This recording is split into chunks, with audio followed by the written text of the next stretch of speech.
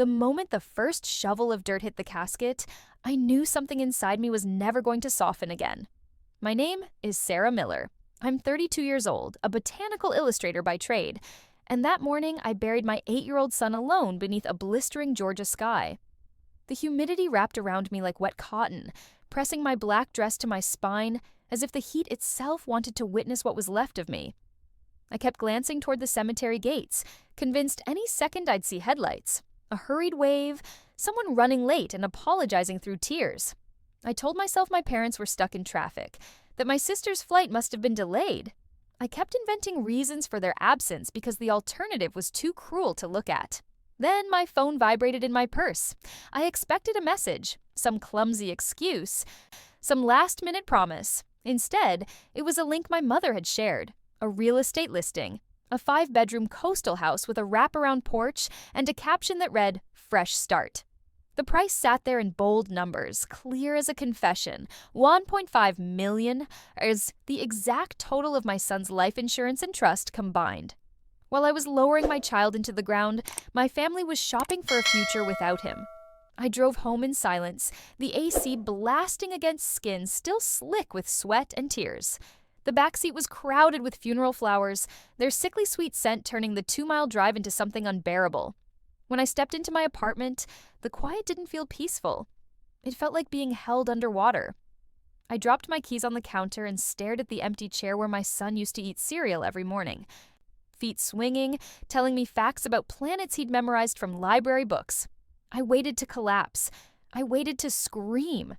Instead, something cold and precise settled into my chest, sharpening my thoughts until everything felt painfully clear.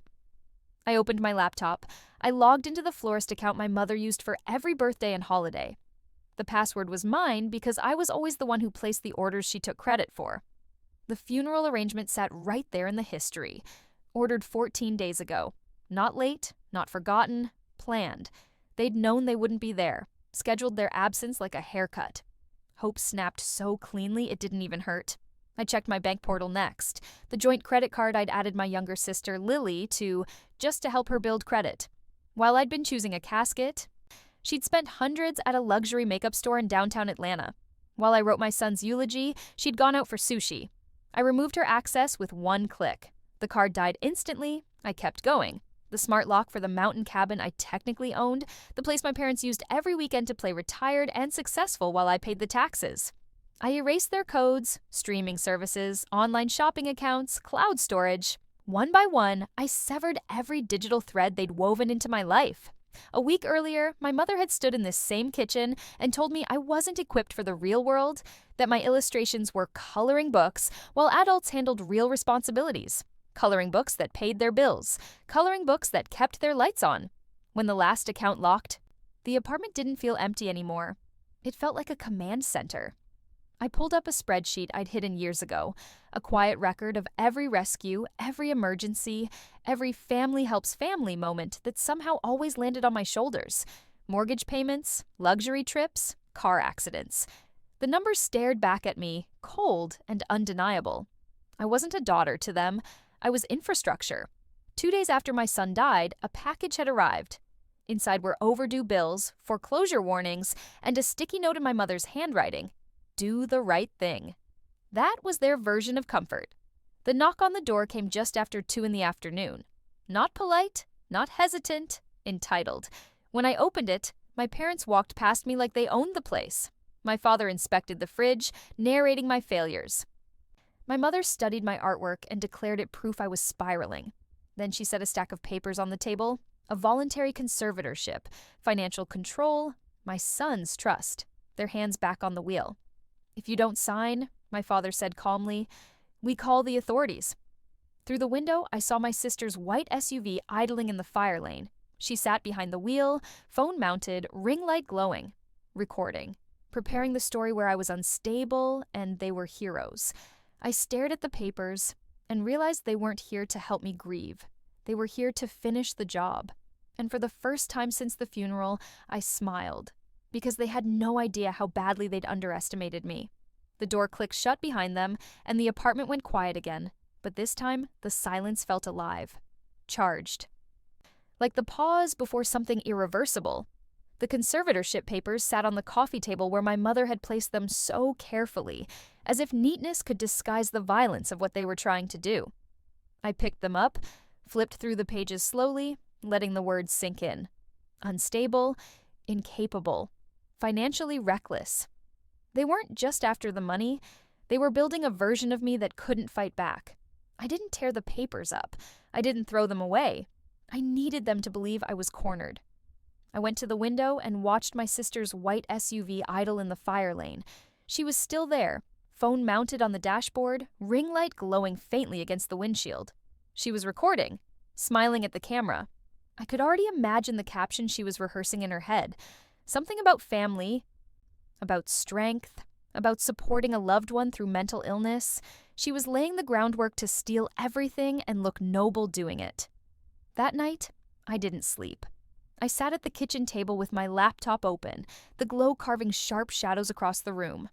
I pulled up the spreadsheet I'd hidden years ago, the one I never thought I'd actually need. Line after line of numbers stared back at me. Mortgage payments, credit card bailouts, luxury vacations disguised as opportunities, emergency after emergency that somehow always landed in my lap. I'd told myself it was love. Looking at it now, it was conditioning. The most recent entry still made my throat tighten. 2 days after my son died, a package arrived at my door. I remembered standing there with shaking hands, thinking maybe, just maybe, it was something kind. A letter. A memory. Something to help me breathe again. Instead, it was bills. Foreclosure warnings. Debt notices. And on top of it all, a yellow sticky note in my mother's handwriting telling me to do the right thing. That was their sympathy.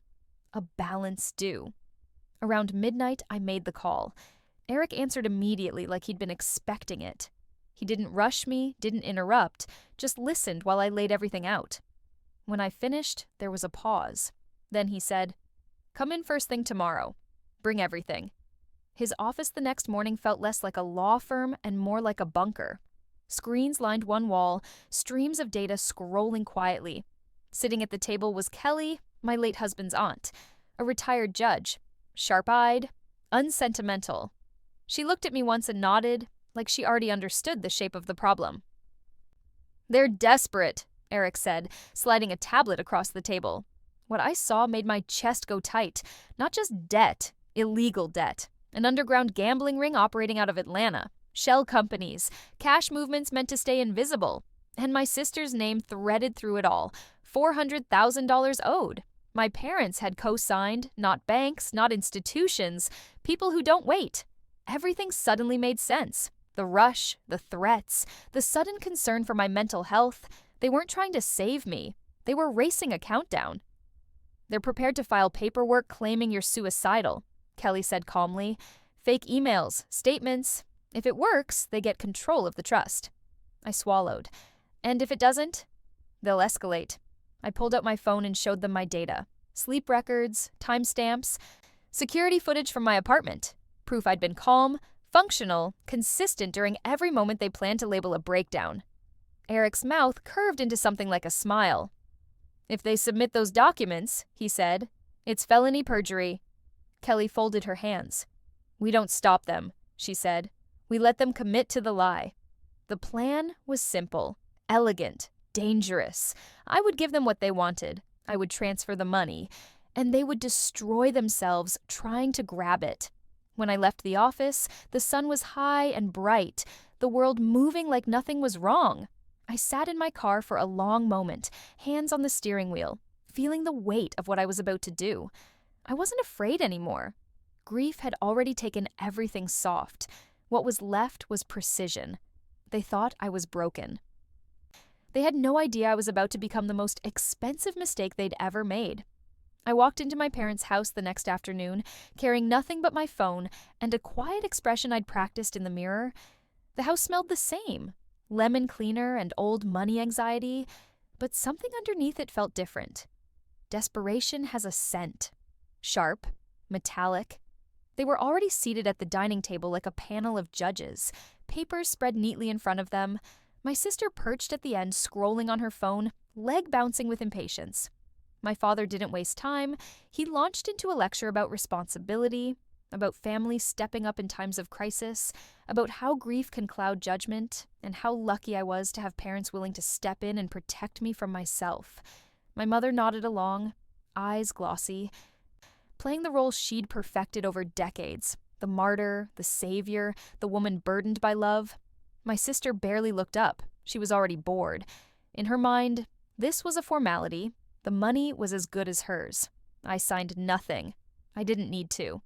"I'll transfer it," I said quietly, staring at the grain of the table.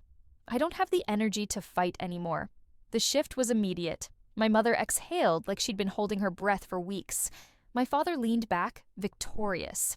My sister finally looked at me and smiled, already halfway to celebration. I opened my banking app and initiated the transfer. $450,000. Enough to calm the wolves at their door. Enough to make them believe they'd won. The confirmation ping echoed in the room like a starting gun. They poured drinks. My father raised his glass to family. My mother reached for my hand, squeezing it just a little too tightly, as if reminding me who owned me. My sister started talking about getting things back on track, about trips she'd postponed, about how this was really the universe realigning itself. Then my father's phone rang. I watched his face change as he listened. The color drained slowly, like ink bleeding out of paper. He stood up, pacing, whispering urgently. My mother followed him with her eyes, confusion hardening into fear. My sister stopped talking. "What do you mean, frozen?" My father snapped into the phone. "That's impossible." He hung up and turned to us. To me. "All the accounts," he said, voice unsteady. "They're locked. There's a federal hold."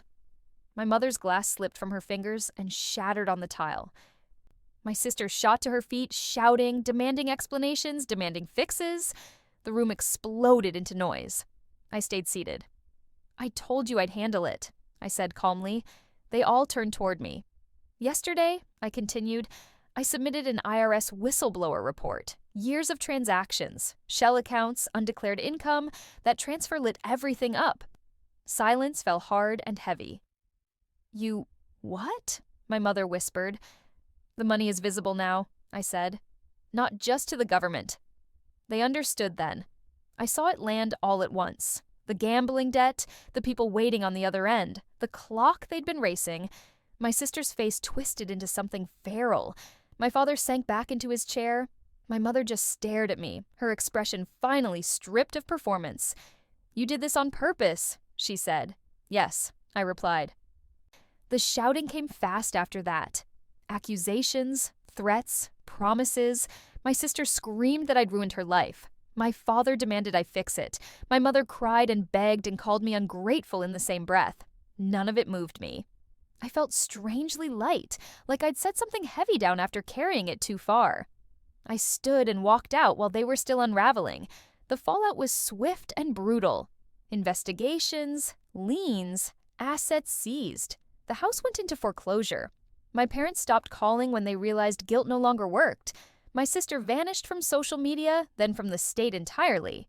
The narrative she'd been so carefully crafting collapsed without an audience to perform for. I received a whistleblower reward months later. Enough to pay off my apartment. Enough to breathe. Enough to choose what came next. I used the rest of my son's trust to create something that would last. A scholarship. His name etched into paperwork that meant curiosity, wonder, and the future he never got to reach. I poured myself into my work again, painting late into the night, letting grief and relief coexist without trying to separate them. People ask me sometimes if I regret it, if I miss them, if it was worth it. I don't tell them about the funeral, or the Zillow link, or the bills sent as condolences. I don't explain what it feels like to be loved only when you're useful. I just say this: I didn't lose my family. I stopped carrying them. And in the quiet that followed, I finally learned how to live.